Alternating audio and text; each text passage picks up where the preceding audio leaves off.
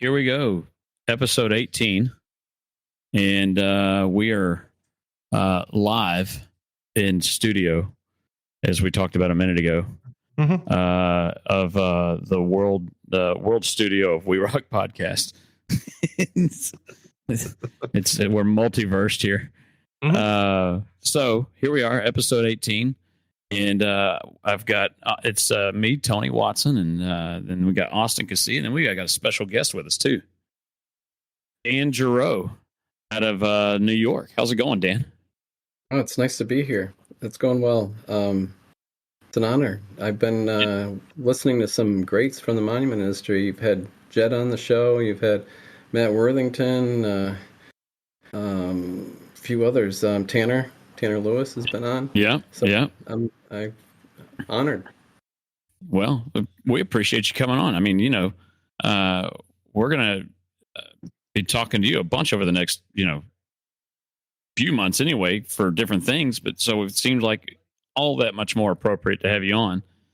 Of course, you're going to be tired of me by the time we get back to February next year. So worse than having spent the weekend with you? Well, I don't know. Maybe, because so for those of y'all listening, I just got back from the School of Hard Rock's deal, and Dan and I were bunkmates in the cabin. And that first night, because we both showed up on Wednesday, that first night, you and I were up till 1 o'clock. Yeah, I think so. We had some profound ideas that night, I think. Well, look, we had to make sure that we understood all of the principles of monument construction. And I think we got there. I think so too. So it was a little cloudy the next day, but once I found coffee and a greasy biscuit, I don't remember any clouds. But no, it was a good show. We had a great time. It was interesting. Not bad interesting. It was really good interesting. We were talking a minute ago about how I've been going for 10 years, and it's 6 or 7 different School of Hard Rocks that I've been to now at this time. And I've taught this year. I taught last year. It was when Lucan passed, and it was in Yankton. It was before the Ames process, but I was still up there kind of teaching then. Man, we have a great time out there. Of course, Dan, that was your first trip, right? It was my first trip. Yeah, it was unique. You have the nerves when you get your piece of stone and you're ready to start carving, and you're worried that they're gonna all figure out that you're a fraud. You managed to squeak by. They didn't figure anything out. No, I guess. Well, if you, I don't know about now. But anyway, so Dan, what prompted you to want to sign up and go to Hard Rocks? I shot my mouth off, I think, one time, and I had no choice. I couldn't back out, so I went. And it is a good experience. I found out things. I thought, like I said earlier, you're a little less arrogant every time you attend something like this. I thought I agree. I knew a lot about stone carving, and I learned some things that I would have never thought of. So it was a good experience. And it was a good show, and that had, if I remember, actually, here's my list. Hold on 1 second. There is a list here of people, and it is 1, 2, 3, 4, 5, 6, 7, 8, 9, 10.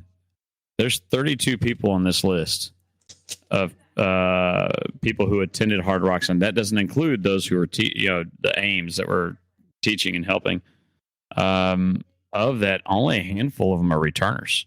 A bunch of these are new guys that have never touched rocks, and it was pretty cool to watch.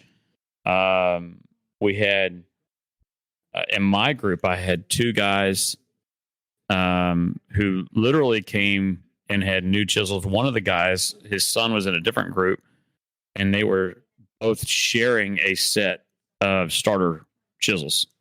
Oh, wow. between the two of them. And man, couldn't be more proud of what they produced. They weren't afraid of it. For me, when I started them out, I kind of pulled away and pulled my group away from everybody just grabbing rock. And we went outside and said, look, let's start with intro, right? As far as what you do whenever it's just a slab. I'll split a slab. So we pulled out a bull set and a hammer and split a full slab in half. And then from there, we took a piece inside, showed them how a handset worked, a trace worked, chipper, and of course we call it down here it's a stun driver. I think up north y'all call it a rondelle. But just went through each one of those tools to say, look, this is what this does. This is what this does, so that you can understand how each tool is a stepping stone to the next. It's not a you're not going to take a trace and try to clean stuff up. You're taking a trace to take off a large chunk of rock. And each one of those is a step back from the next. And as Charlie always says, you don't just start sculpting rock, you nibble at it.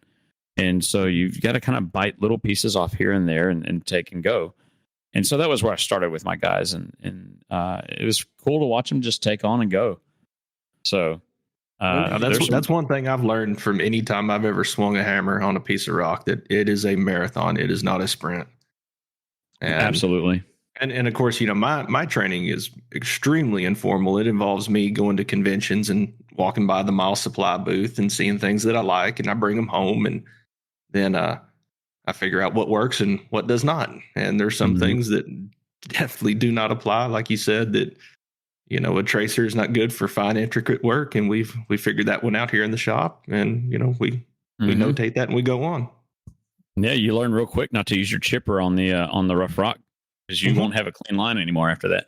Nope, no more. What I found it's a good thing they can be retipped. Oh yeah. What were you saying, Dan? What was interesting was that some of the tools that I wouldn't have used for tooling or texturing, like a drill bit was used for texturing on a couple of pieces, and I never would have thought to use something like that, or to break out rock and then just hammer part of it and leave the outside broken area as a border to the hand tooled texture with polish around that. It was, I don't know, just combinations that I would have never thought of or thought to use. Pretty interesting. And that's one of the cool things about it, is because it gets you out of thinking the same way you've been thinking for so long. You start to see people pushing the limits in a different direction. So whereas, if you do, of course, I got corrected by our friends, the Johns in Ohio, whenever I started talking about shell rock border, knowing full well it's not actually a shell rock, because a shell rock has a physical scoop to it, like a shell. It's just a rock border is what they'll call it. But I've here at the shop, whenever I describe it to people, it's just a shell rock border. And so we've been putting those borders around things for a long time. But I watched my guys take, and they would have, like what you're talking about, a tool texture, and then break into it, and then let that just kind of slowly kind of transition without a hard line transition, and it would look pretty. It is, and yeah. You got to have some room, because you don't know how far that's going to break through. But if you let it go, it can be very pretty if you've planned well for it. So it was some cool stuff. When did you give the classes on copper tubing and cutting wood? And those were impromptu. Well, I no, see. the one of them was not impromptu. I had, so if you've been on Monument Builders or my personal page or whatever, you've seen my piece that I had in Austin. I don't know if you saw it or not, but we had I brought with me not only that piece of looters, which was it was a 2 2x1 marker with sawed sides, and then I brought a cedar post that was left over from the renovations to my back porch. And so it's a beam. I mean, it's 4 inches, 6 inches thick, and it's I don't know, 10 inches wide and 3 foot long. So I knew what I wanted to do was insert that piece of stone into that post. I wasn't quite sure how I was going to make that happen. So Saturday morning, I'm like, all right, I'm going to have to do it. Does anybody have a circular saw? So when nobody had a circular saw, Mark Lucan had a circular saw with a diamond blade on it, but not a wood blade. So I said, hey, can I borrow your saw? And he says, yeah. And I said, can I make a donation to your tools? And he goes, well, and he goes, sure. And so I left to Ace Hardware in Elberton and got a wood blade to fit it. and Charlie was shaking his head at me. He goes, that's for diamond tools, right? And I go, does that mean it won't spin a wood blade? So just I went over there. Water off.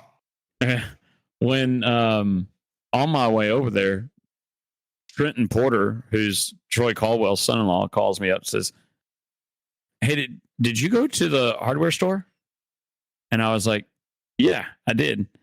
I'm on my way now. And he goes, can you see if they've got, I don't know, like 2 foot of copper tubing or something like that? And I go, why? Like, because I knew what he was carving, and I'm going, what are you going to do with the copper tubing? And he goes, I'm going to turn them into reeds. And so that's what he did. He used the copper tubing to turn he made this turtle sitting on a log, and then he took and cored holes into the stone that it was sitting on and put the copper tubing in that and then cored holes in the top of these. What are they? It was Missouri red or something. Yeah, just for chips. Making cattails. Yeah, stuck that on top of the copper and bent it so that it moved, and it's pretty ingenious. That kid's going to give Troy a run for his money. So that was his third. That was his third Hard Rocks, and wow. He can think outside the box for sure. So yeah. But what was the first thing you carved at Hard Rocks? So I have, and you can't see it from here, but there is back over here a granite it's actually, it's right there. See that? Mm-hmm. That is a granite dinosaur that kind of looks like Barney. And it was this black piece of stone that I'd seen sitting there. And I go, oh, this is going to look cool. And I was like, I'm going to carve a dragon or something like dinosaur, mean looking dinosaur. And as you kind of get into it, you're like, okay, that's really difficult. We're going to soften these edges so that it's not a mean looking dinosaur. And then you go further and you go, man, black granite sucks. I don't want to carve on this anymore. So I ended up, James was real young at that time, and that's when I carved that. And it became my piece that I keep around to kind of show what your beginnings are. I never had any intention of selling it. It's always going to stay here, but I keep it around for the sole purpose of remembering where you started, remembering what that first time you picked up a chisel and a tool and started working on something, and where you were then. And it looks like garbage, but it sits there as a reminder. I used to just stick hats on it every once in a while, so it'd be where I put my hat whenever I come in the office. So for those that have not been to Hard Rocks, and that's me included, is it best to go out there with something in mind that you might want to try, or is it best just to pick it based upon the pieces of stone that are available? Or do you cheat and bring your own stone? I think cheat and bring your own. Yeah. I think it doesn't hurt to have a couple ideas in the back of your head. I think I had too strong an idea, and maybe I should have gone with a stone, because I had a unique piece of stone with some discoloration, a streak going through it that was very light. And I've looked, since I got back, I looked at what people have done with that kind of a stone, and they've accented that. They've done. I think I forced it too much, and I should have gone with the stone. When we were talking about Trenton, he took that piece and saw a turtle in it, and kind of went with the way the granite was already going, rather than having it in the back of his head, I think. Anyway. Yeah, and so he kind of had seen that turtle from the get-go, and the best that I can explain with that turtle is this. And if you look up School of Hard Rock's page, you can follow all this stuff and see all the images. But on his turtle, it was the best way I can describe it was that it was originally a polished drop wash on from a base that had gotten broke off, like they broke the corner off the base or something like that. And when he's looking at it, he says, "I see a turtle." I think Charlie helped him see a snapping turtle, make this part a long tail and all of that. It became really kind of cool how that just it kind of changed. So it wasn't just sitting on top. It ended up, instead of just being this turtle on top of a log, it was kind of a turtle coming off of a log. And it just took some input from other people to see something a little different. It turned out great. I mean, he didn't shy away from it one bit. He went at it the whole time. So that was pretty cool. I'm looking through the pictures of that were posted on there. Dan, I'm looking for your tiki. Who's yeah. It's we're sitting around, and that one of the nights afterwards, and Dan said it's a what did you say, French Polynesian tiki? Well, I decided, and I had some. I got to go back a little bit because you were explaining how things morphed into different things, and Matt. I don't know Matt's last name, but he's done a tiki before, and he was showing me one he did, and his tiki had slick back hair.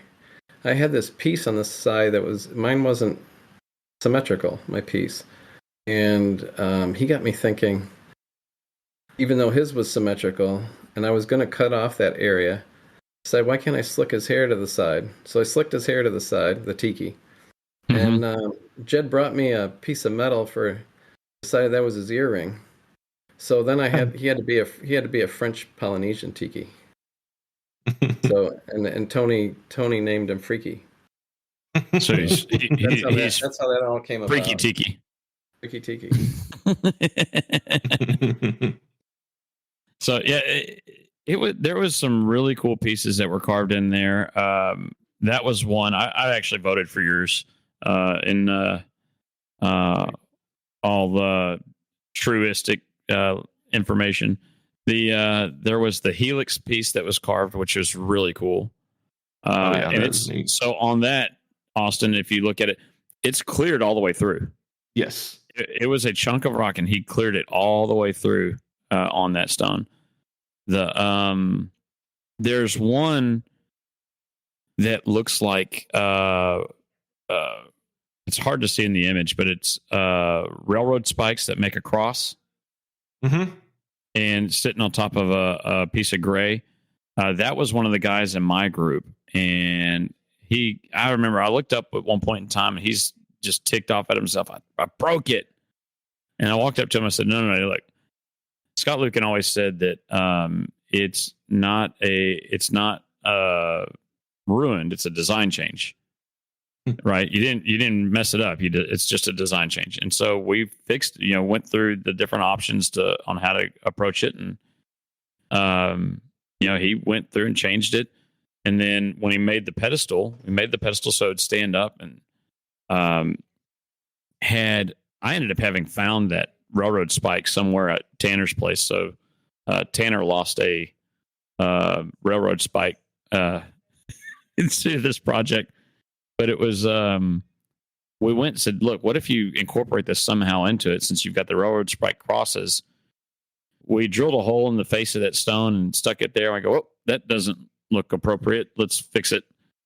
And so we found another way. And so if you see the hole and Stark that comes off of that, that was his solution for the hole, so it becomes another cross.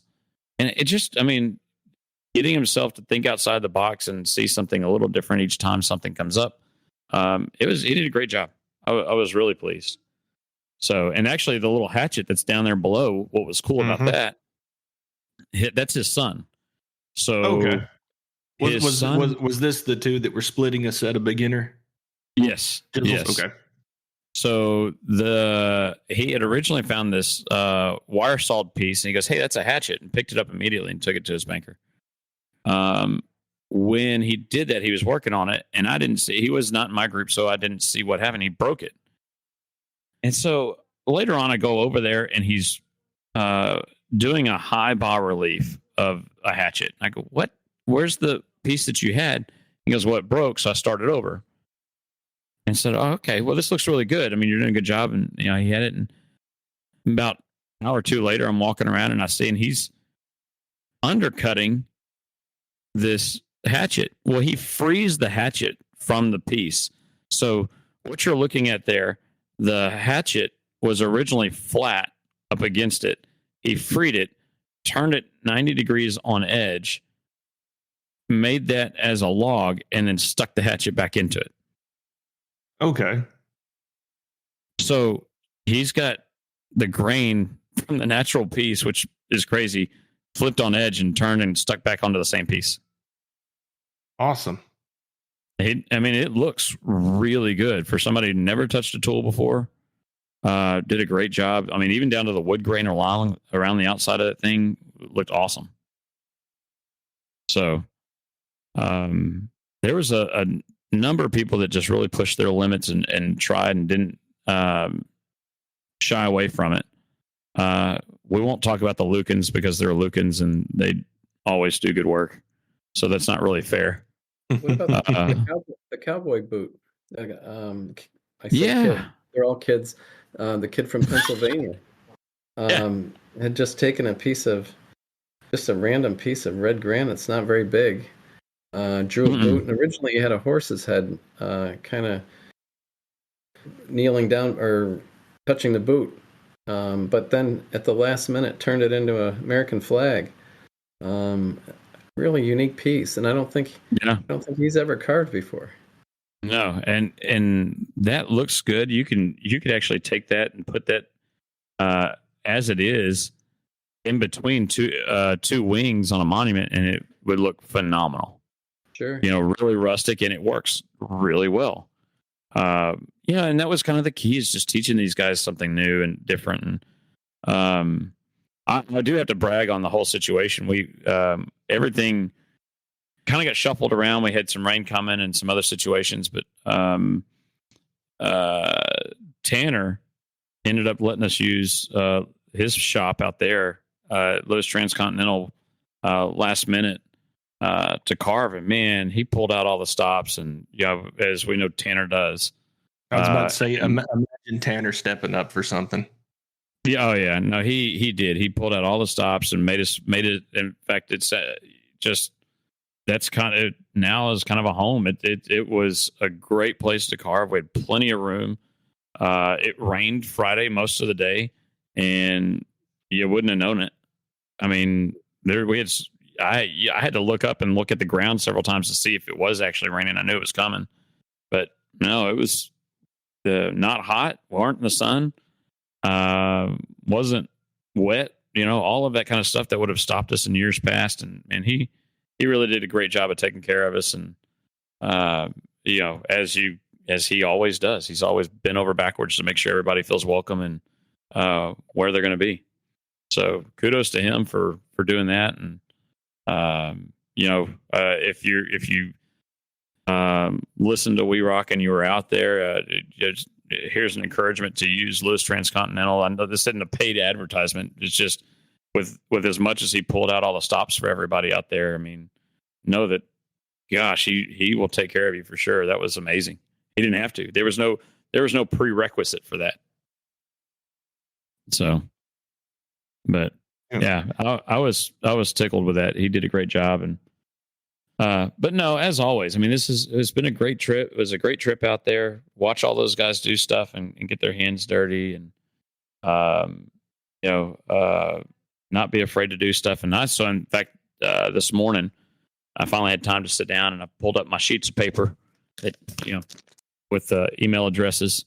And I emailed my guys and said, hey, just want you to know that, y'all did a great job. Now you know how to use those tools.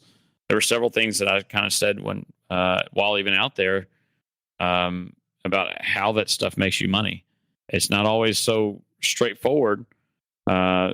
Just learning how to use the torch made me a huge stack of money for a job we did on campus because nobody else knew how to do it, but I did. And we ended up doing a job that I made, I think we sold the whole thing for $45,000. And it was mostly all labor. I had a few $1,000s in stone. That was it. So wow. I think, and we made really good money for knowing how to use the tools. So that's where that stuff pays off. It's knowing how to fix a base, knowing how to split a die in half or whatever. And while there's a lot of artwork that gets done out there, it is, I kind of told my guys, if you can understand doing the artwork is maybe not your thing and you may not feel like you're going to do artwork. If you can push to that point, then you know that everything backwards from there is easy, right? Just taking, in my email, I said, look, over the slowdown when it was hard, while it was hard to get rock at times, I was ordering stones roughed out. So it didn't go down this chisel line with any of these suppliers, and I was splitting it myself. So I'd order a piece, and it can easily be a flat top or a serp top, but just stick my stencil on it and use that as my guide, and I'd break it out, and it'd take, 20 minutes. Mm-hmm. And I'd save 15%, and I'd have it faster. Yeah. Oh, yeah. Once you know it, there's nothing to it. Right. Yeah. And you never know where it take you. Exactly. You don't know what doors it opens up for you, and it can do a lot for you. In fact, I've got another one right now that's up back. This one's actually entertaining for me because I'm going to carve a mountaintop stone for a family, and ironically enough, the family. This is the brother-in-law of a monument friend of ours down in South Texas. The monument goes here, and so it's a little far for them. But he said, "No, call Tony and have him do it." And so I'm gonna carve a mountaintop for this family, and it's all skills that I learned there at School of Hard Rocks. Mm-hmm. And I literally ordered a flat top monument, and man, those mountaintop stones, there's a major expense for those whenever you order them from the supplier. Mm-hmm. So, but all things that you can do. That's why I think it's important if you get the chance. I know that there's a long waiting list, but get a chance to go sign up early. Make sure your schedule's clear, Austin. Make sure that you don't have things in the way, Austin, so that you can show up and be present. Be present. I was there in spirit. Yeah. Rooting you on the whole way. There you go. So no, great trip. And what I did find out is that there's a few people that were there that listened to the podcast. And so of course Dan was there. I knew Dan listened because he and I talk about it every once in a while afterwards. And Dan but there was somebody else. Yeah, Dan and somebody. One of the last days, listeners. Yeah, one of the last days we're in there. We're sitting. It's Dan as we're getting ready to go to the cookout, right? The final cookout. I'm sitting in the cabin next to us with Kaz and Mattis and those guys over there, and Mattis goes, Tony, so what do you listen to on these long drives? I said, it just depends. I said most of the time it's podcast or books or some music, but I get tired of music pretty quick. He goes, all right, be honest. Do you listen to your own podcast? I said, yeah, I listen to it because I want to know how it sounds and make sure everything sounded well and what do we got to fix and those kind of things. So I go back and I listen to it. He goes, and somebody said, well, you like 10 people that listen? I go, sure. Yeah. I mean, it's actually more like 11 my kids listen to. Mm-hmm. My son listens, so we're up to 12. There you go.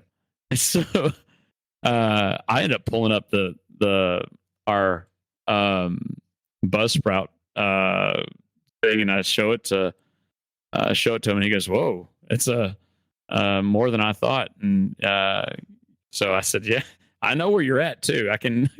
So for those interested, I would like to welcome our from the last episode, our 5 Canadian listeners, our 1 Pakistani listener, our 1 Thailand listener, 1 from Turkey, and 1 from India.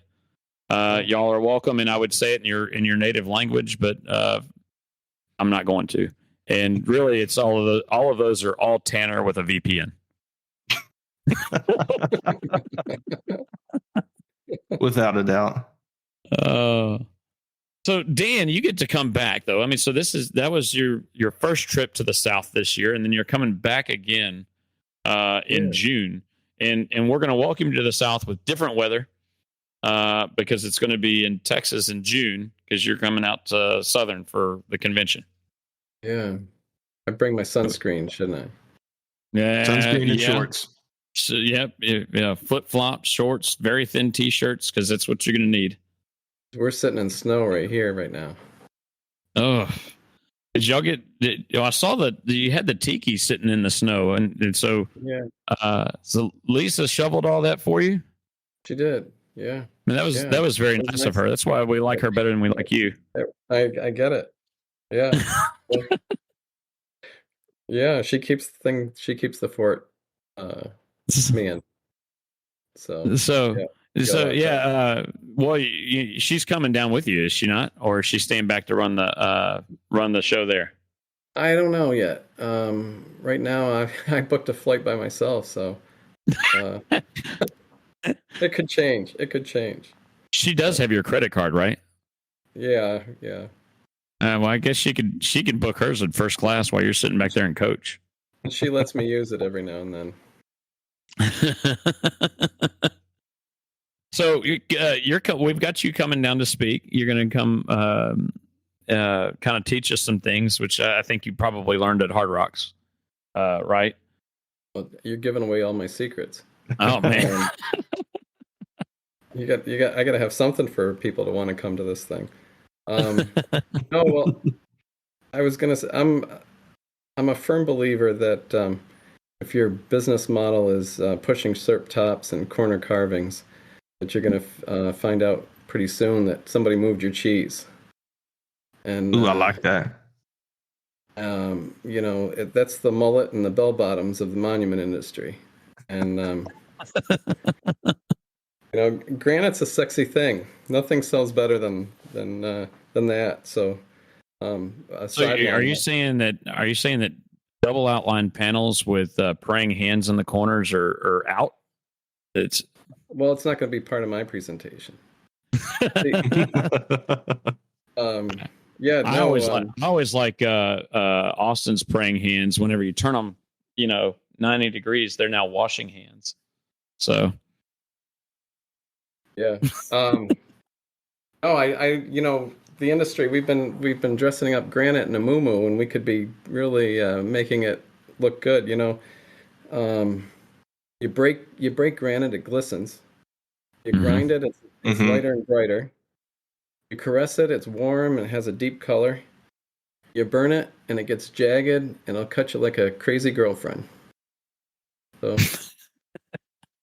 Yeah, that is the key. That's why one of the reasons I asked you to come down is it's the texture deal that you talk about, and all these textures have a place, and they do so much. If you just getting people to understand, and you don't have to use it all over the stone. You don't have to cover something in texture. Start small.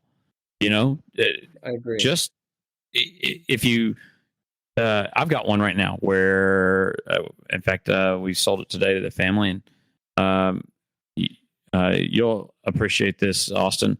The gentleman is a retired Texas Ranger, not your weirdo Ranger. You mean our world champion Rangers?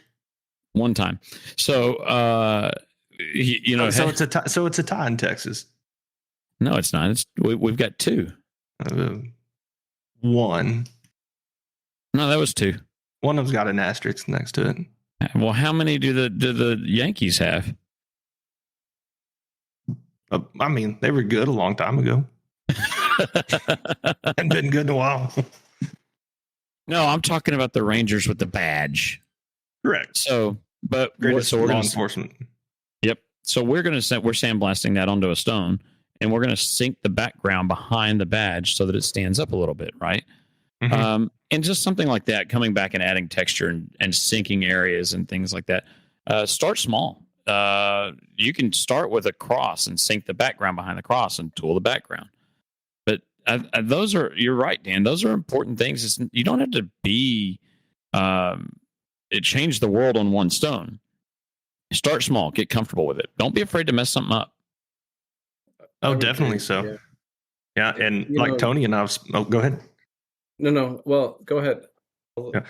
It's like Tony and I've spoke before that it's sad to walk out through some of the older cemeteries and see the work that used to be done, throughout the early 1900s, and just see how beautiful and amazing that work is. And then comparing it to what the vast majority of you're seeing being set in the cemeteries these days, we've definitely regressed in overall design quality. It's just become so simple that anybody can do it. And unfortunately, not everybody is a memorialist, and nor are they designers. Yeah. Tony knows that I picked, I made a wood pattern from a 18th century monument. It had a background around the letters that were just chiseled that looked like wind. And I was doing a hot air balloon design, and I used that same pattern. I sandblasted it instead. But I basically stole an old texture. Basket weave has been around forever, and you can employ it in different ways than was traditionally done. Screen carving, I'm just starting to experiment a little bit with that, just to give a nice background to whatever I'm trying to highlight. A texture can reinforce your message. It can bring about emotion. I had one that we wanted to make a spider web, and we had the starburst radiating out from a central point to make it look a little bit like a spider web. So there's so many different ways that you can employ texture, and like Tony said, you don't have to cover the whole stone. In fact, usually used sparingly just highlights a certain aspect. It can even bring out the beauty of the stone itself. Yeah. And I tend to like making, I've always kind of played with these things as mindset of making a hard stone feel soft and a soft stone feel hard, in playing with light and different things. And so something as simple as taking an all polished stone that's rounded, and if you find a spot where you sunk it back and then you shell rock to it or rock edge to it or whatever, now you make that stand forward, and what you had there raised feels even softer because the contrast with the background that's very hard and very rough.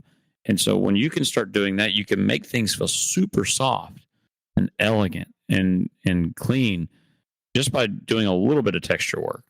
It doesn't take much. One of the ones I get asked about a lot is when we'll do this line, and we'll do like this rock line around something or across the face of a stone. And I've started twisting it, or we've done it before on some of those Texas chip signs. I'll do the Rio Grande River in one of those lines, and people go, "Well, how do you do that?"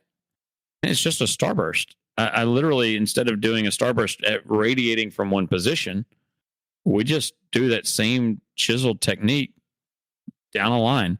And so now you can imagine it rolling around, and then maybe it makes a heart shape, or it stops and goes underneath itself, or whatever. You can do a lot with it if you just kind of think what you can possibly do with those textures. Mm-hmm. You can even repeat basic shapes. I mean, a Greek key is basically the same pattern repeated over and over again. You can look back at ancient work where they're using triangles and, like you said, wavy lines, and this has existed for thousands of years. It's nothing new. but we can use it in a modern design and really make it pop, make it something different than anything else out there. I just think that we're so caught up in doing the same thing over and over again that we can't seem to see beyond that. I do have to say that's where something like Hard Rocks opens up your mind, because you get input from different people who look at it a different way than you do. Everything that I'm convinced that the universe is centered around me, because everything I see is through my eyes, through my ears, to the left of me or to the right of me. So it helps to open up your mind and see somebody else's point of view. It's always good to just expand the vision, right? And that's why when you travel somewhere, you see some of these guys when they travel somewhere, they'll go to another monument shop, or they'll go to a cemetery and just go look around and kind of see what things look like in those areas, because they're learning stuff. They're picking things up, and you're not going to see the same thing over and over, despite what people say all the time.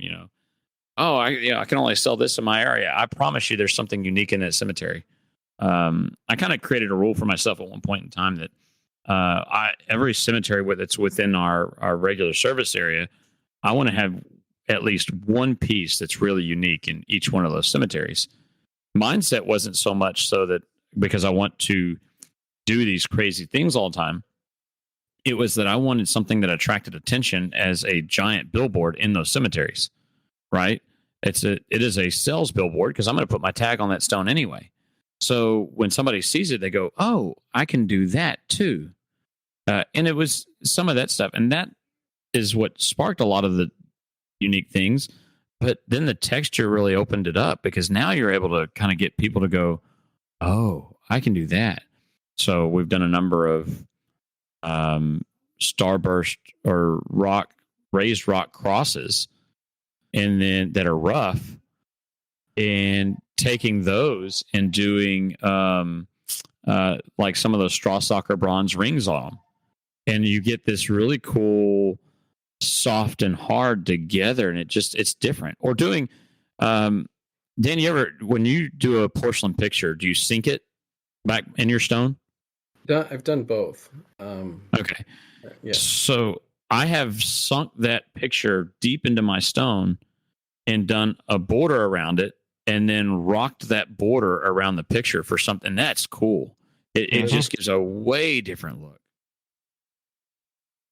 And yeah. I think a lot of people,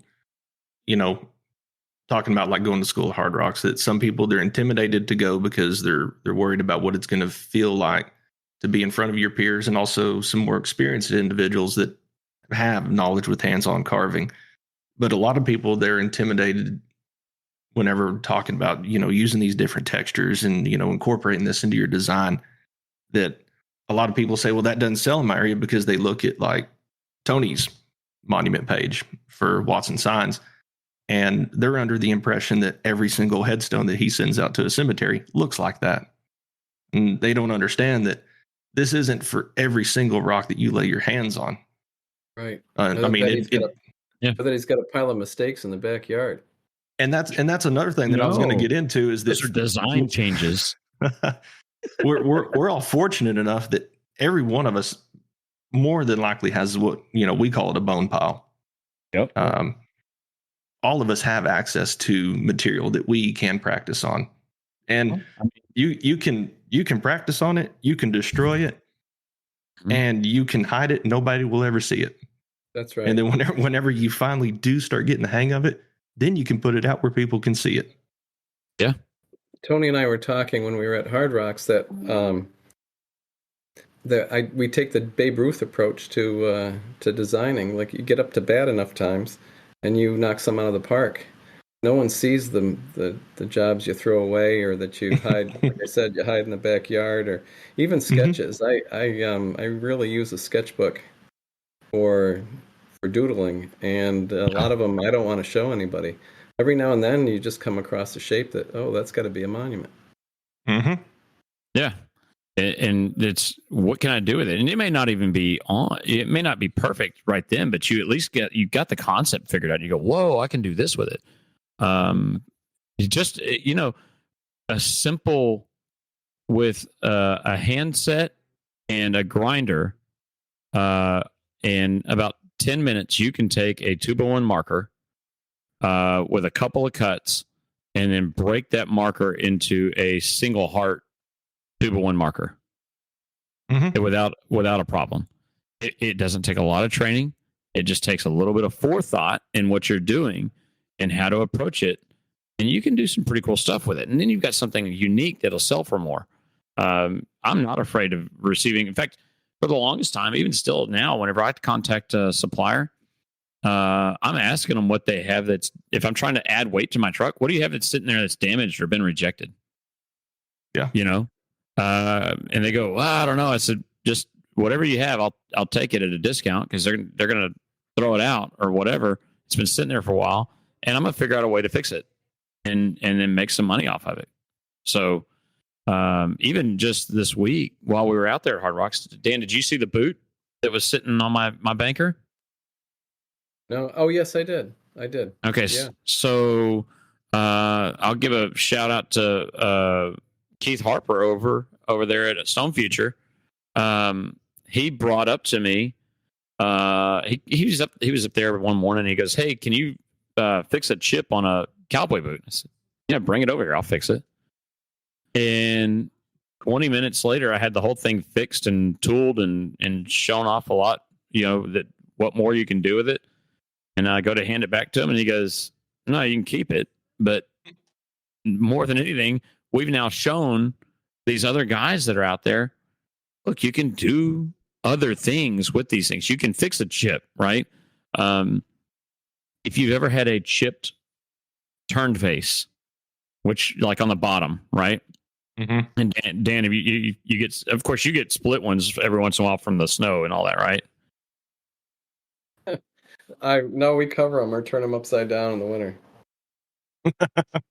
So I've had the bottoms chipped on those vases, and I've cut those off completely at where the vase gets the thinnest, and drill a small hole for a pin. And actually, the vase looks phenomenal without that little part on the bottom. It looks more elegant when you do that. And I had a chipped vase, and I wanted something to do with it, and that's what we did. So yeah, that boot looked nicer with that finish, with that, I would say, dusted finish on the top. And it gave a contrast to the rest of the polished boot. Yeah. Yeah. And it didn't take a lot of times. So just textures are. People need to not be afraid of trying a texture. And that's actually one of the things I'm glad you're coming down for, because it's not just talking about the texture. He handed me some samples because apparently you can't fly with some of this stuff on airplanes. So have you opened them and taken a look? Yeah, the guys opened them. I haven't opened them yet. They thought they were just perplexed as to what they were. They're samples. But no, so I'm bringing actual samples that he's going to use to show the texture at the convention. So it's going, when you can see it firsthand instead of somebody just talking about it, and then you can kind of go through this. I can see that being in this situation, or just a texture around a border, right? So if you've got a panel on a stone, and instead of just doing a 1/4 inch panel around that, maybe you go to a 1/2 inch wide panel, and now you've added a texture to that, and now you've decorated it even further. Just stuff like that. It goes a long way. Yeah, I experimented. One I hadn't done on a monument was the river wash finish. You have a sample on green, I think on Laurentian green. And part of doing that is first flaming it and then using the antique brushes to smooth it out and give it a shine to it. I picked a black monument. So when I come, I'm going to show you my successes, but I'm also going to show you the ones I messed up on. And this is one I've messed up on. When I was flaming it, the whole side fell off. So I'm still in the process of changing that design, but you'll see it's the first time I was able to use a river wash finish on a monument. I've done other things with the antique brushes, but not that yet. So anyway, we'll see. How One of that my goes. favorites that there was when Cold Spring had their office in Marble Falls for countertops and stuff like that. I'd gone in there a couple times, and they had this finished edge that was, I don't remember what they called it, but it was basically rock pitched, and they came back over the top of it with polishers and it probably leather polishing deals, and had done something a little different. So it was cool to see just a different way of going about some of that. That texture was amazing. You got something really just different. Well, and there's so many ways. There's just so many different combinations that you can use. Some that I hadn't even, like I said, I hadn't even thought of after. But after attending Hard Rocks, I kind of want to try some different things. I've tried some combinations myself, but this, you just never know where it'll take you. I think you got to experiment all the time. Like you said, if you've got pieces in the backyard that are broken or that they're lettered wrong, you'd be amazed what you can do with that. And a lot of times you can make it into a unique piece that you can get a premium price for. Oh yeah, Definitely. Well, we've got a few out there right now where we've picked them up, and I've got families that, in fact, there's one that we sold to a family a week or so ago where they're replacing a monument, and it's a double stone that's engraved already, and I think the whole thing's really just laser etched. And so I can either try to resurface it and do something with it, or I can actually thermal the whole thing and have a really cool all thermal stone to sit out in the cemetery. Mm-hmm. It's just something completely different, So yeah, not being afraid to try something a little different. So that's one of the biggest. Yep. So, well, and then we will be going to then the convention after that for us is going to be MonuCon. So if we don't detour to the Canadian Stone Carving Festival. Ooh, that's right. Austin, you want to go to Canada? Canada? Got to get my passport. Yeah, we're talking about going up to Quebec, Montreal. Yeah, Montreal. I'm gonna be a fish out of water up there because I don't speak French. But they speak English. Montreal. Okay. Is that the only reason? Yeah. Does Ian Aiello really speak English? Yeah.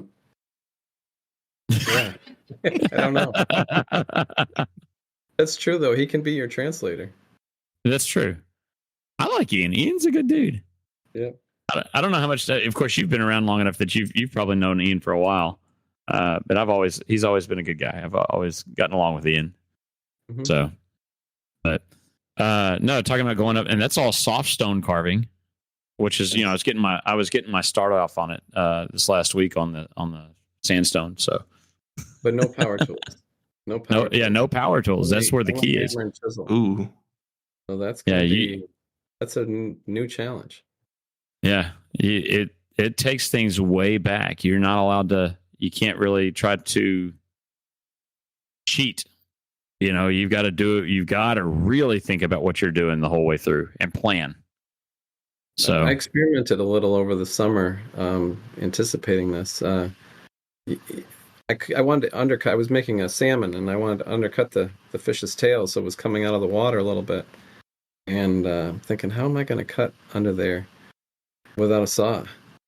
And I did it the old way. I got a hand drill that I cranked until I could make some holes underneath, and then just broke them out. And it makes you think a little bit differently as well.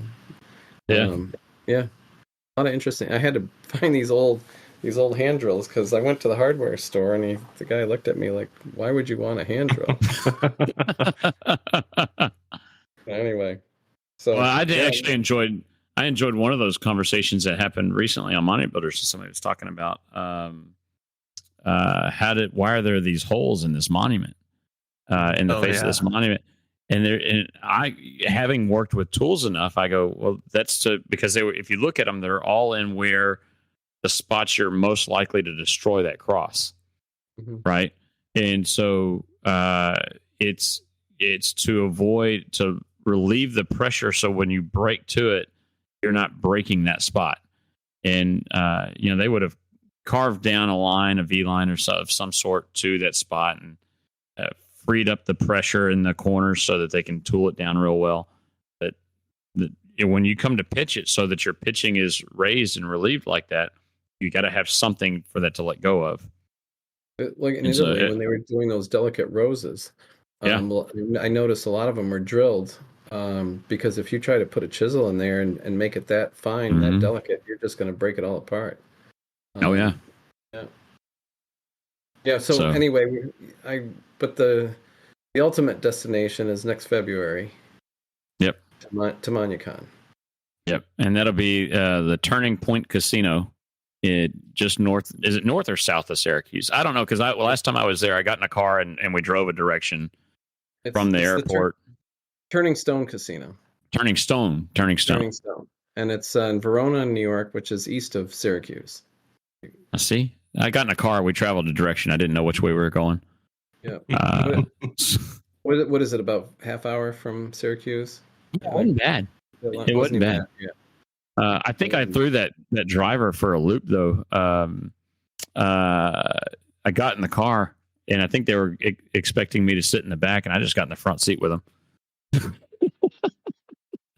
Every Uber driver I've ever had, they're like, what are you doing? I'm getting in. What do you want? Yeah. Drive. Yeah. So no, that was it's a beautiful casino. Staff was great. We had the convention last time was phenomenal. I've been talking about it for a while, and I'm glad that y'all got it coming back on. I just hope that y'all don't start another pandemic, because I'm not 100% sure that that's not what started it.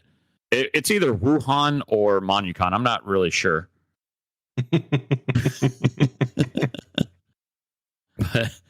we had a great time. They really did a great job of taking care of me. And but the convention was great. The vendors there with full displays then. And is that what the plan is again? It is the plan, and I'm just looking up as we're speaking. It's the 21st through the 3rd, and we have 330 days, 15 hours, 28 minutes, and 26 seconds. Oh, wow. And I believe, is it 30,000 square feet or more? Yeah, it's a massive room.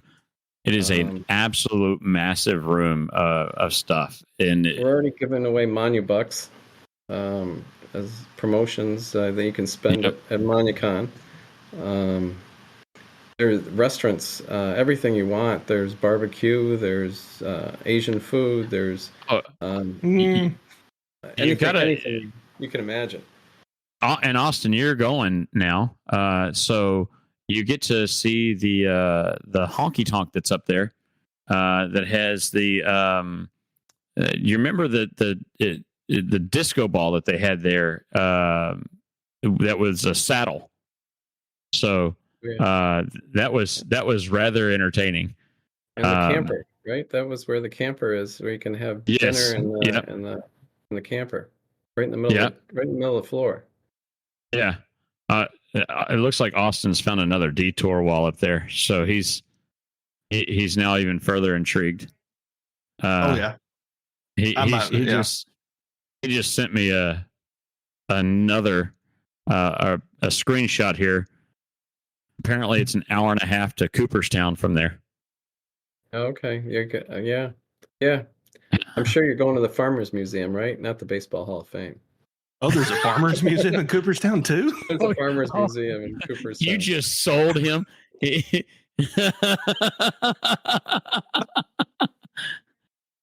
I'm going to leave 2 days early now. Yeah. We're not going to get him out. We're not going to get him out of Cooperstown. Cooperstown in February, though, isn't as nice as going in the summertime, but it'll be good. It'll be good. No, that's going to be go ahead. Well, there's an indoor driving range if you like golf. There's I don't. There's so many things that even if you don't like casinos or gambling, there's so much to do there. Entertainment. There's always something going on. Yeah, well, one of the nights we were there when we went to that club that's there, the country club. There was a girl that was playing, and I don't know her name or whatever, but I think she was singing some Taylor Swift, and somebody goes, and I'm dying because the guy that was her drummer for that night is up there, and he's doing a good job. And he's wearing a sleeveless shirt that says The Clash on it, or Misfits, or one of those British punk rock bands. And I'm dying because I'm like, one of these things just really doesn't fit. But he was going at it. It was awesome. So who else? I know that I'm going up there to speak, but I don't know. I think there's somebody else that told me they were going up there to speak as well, and I don't remember who. Have y'all got all that lined out, or a lot of it lined out, or? We're still working on it, but Joe's going to be a speaker. Oh, that'll be good. Yep. And the rest is up in the air still. Good. Well, that doesn't mean it means it's just going to be a phenomenal show, because you still got the room to put in some great folks in there. Joe does a great job anyway. Just having conversations with him about stuff. He knows his stuff pretty well, and he's going to pretty hardcore with his stuff. Oh yeah.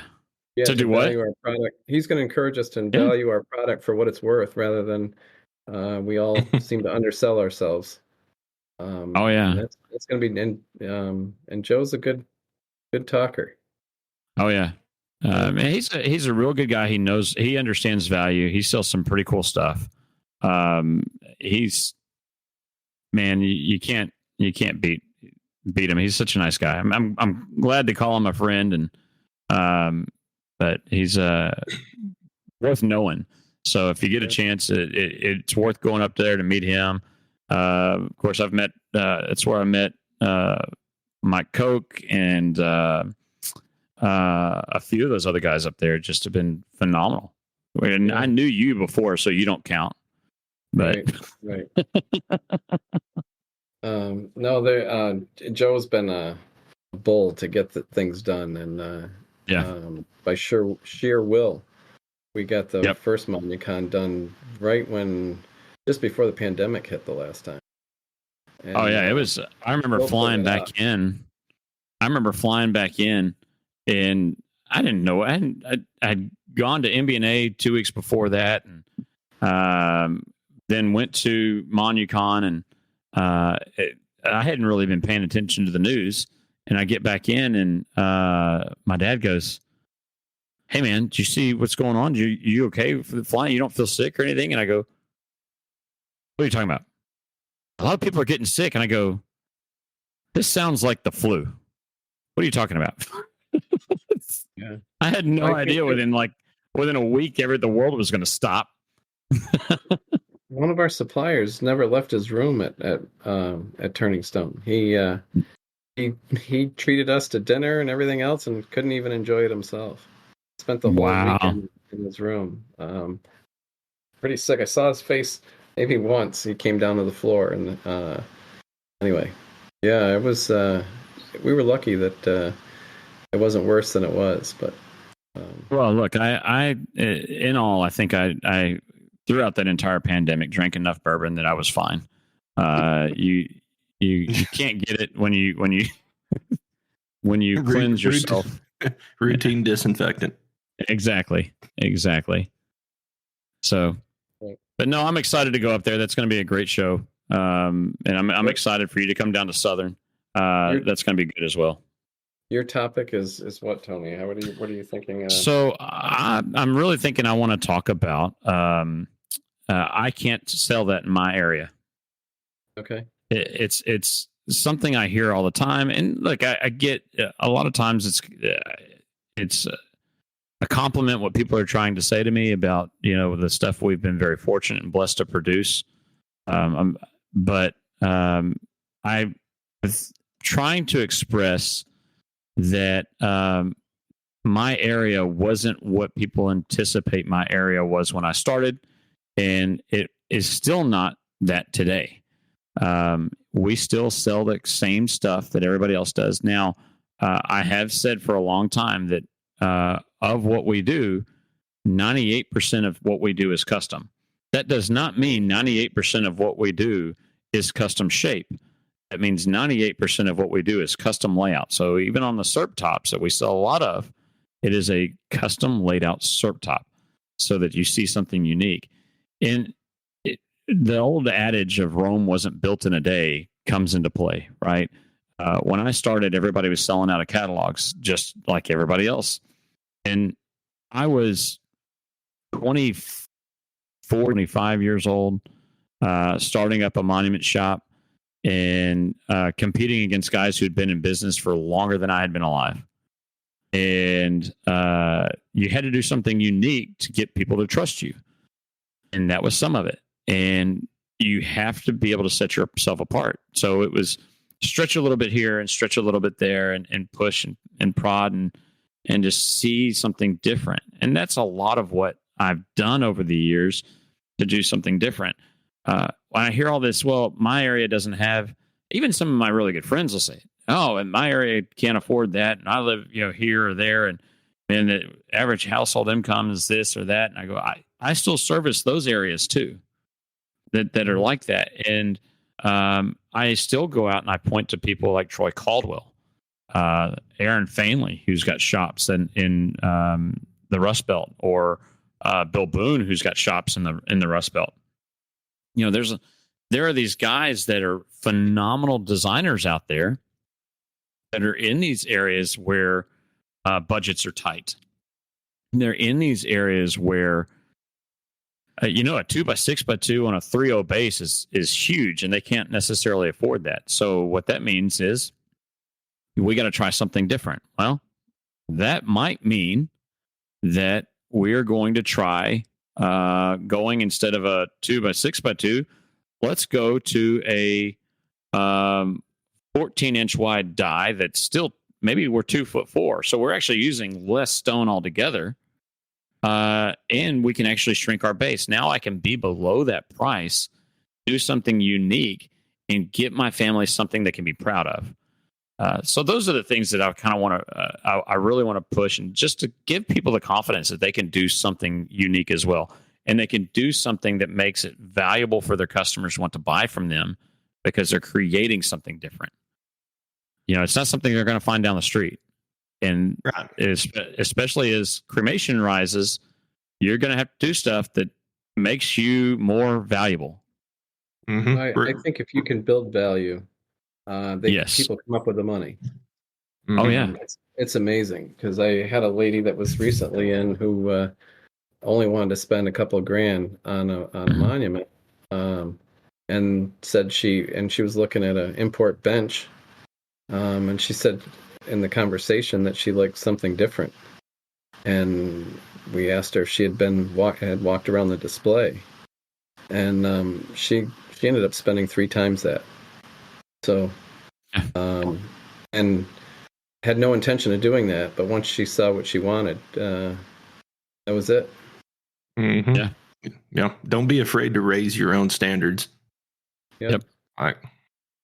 So, well, no, I think that's going to be good. I'm excited about it. I'm excited about even really diving into it. I'm planning on over the next here. I've got to get my feet back about me from all the trips and stuff like that. But here in a couple of months, I'm really going to start diving and researching and showing not just designs, but price points, areas in which you can find these things, to show how something different really stands out.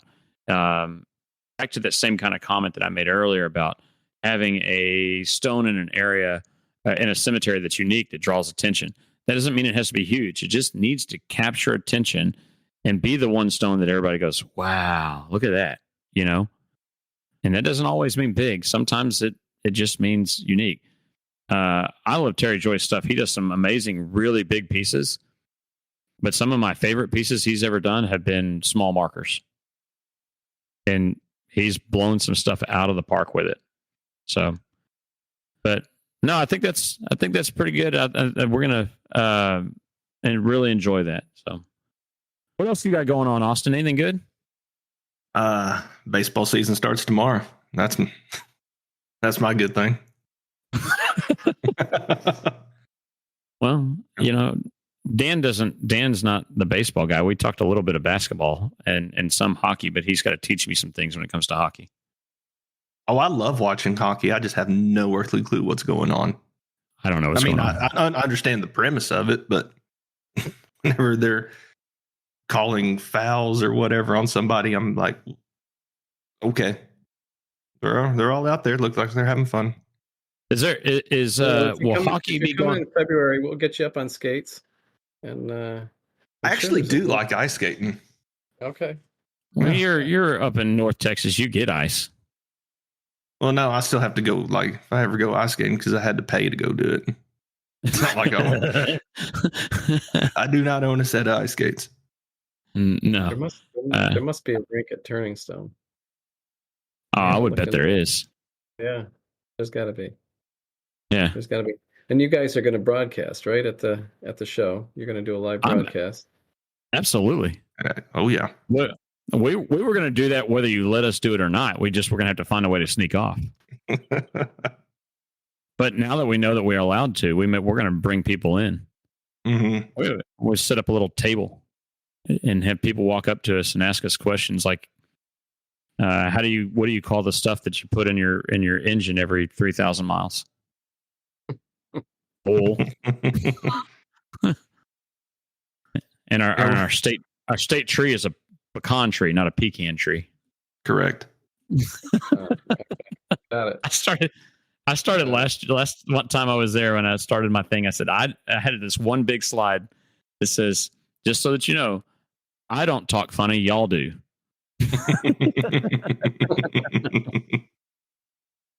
So, but all right, guys. Well, on that note, I appreciate it, Dan coming on. I'm really excited to see you and see you in June and maybe again a few weeks after that. And really excited to hear you come out here and talk. And so everybody, so that if you're curious about coming to see Dan, Southern Monument Builders is not open to just people in the South. You are welcome to come out. We accept everybody, even people in Oklahoma. So y'all are welcome to attend. Heck, we let Jason Campbell from Louisiana come. That's got to mean something. And I don't even know if he has internet, so he don't know how he's going to find out. But it's going to be a great show. Everybody's welcome. Come on out. Come be a part of what we do. Come be a part of the family that we've got there at Southern. Absolutely. So it's going to be good. But on that one, we'll wrap it up. Yes, sir. Y'all have a good one. No problem. Thanks for coming again. It was great having you on. Yep. So same here. But have a good one, guys. Until next time.